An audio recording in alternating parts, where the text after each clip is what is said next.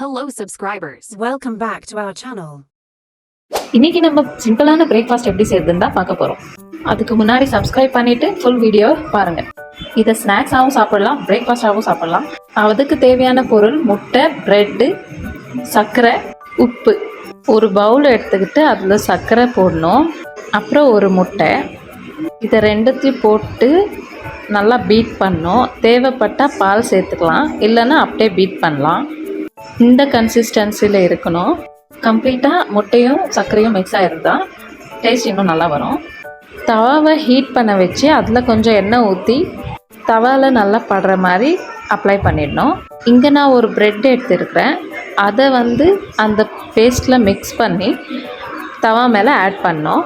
ஹீட்டான தவா மேலே உங்களுக்கு எவ்வளோ பேர் இருக்கிறாங்கன்னு பார்த்துன்னு அதுக்கு தகுந்த மாதிரி பண்ணிக்கோங்க. நான் இங்கே ரெண்டு போட போகிறேன். இந்த மாதிரி ப்ரெட்டை 2 ப்ரெட்டு காணதுனால எல்லாத்தையும் அதிலே ஊற்றிடுறேன். கொஞ்சம் ப்ரௌன் ஆனதும் ப்ரெட்டை திருப்பி போட்டுக்கோங்க.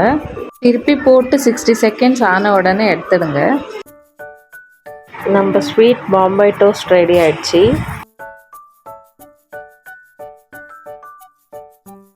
இது 2 வகை. ஒன்று சிம்பிளாக பாம்பே டோஸ்ட் பண்ணியாச்சு. இப்போ வெறும் ப்ரெட் டோஸ்ட் பண்ணி எடுத்துக்கலாம்.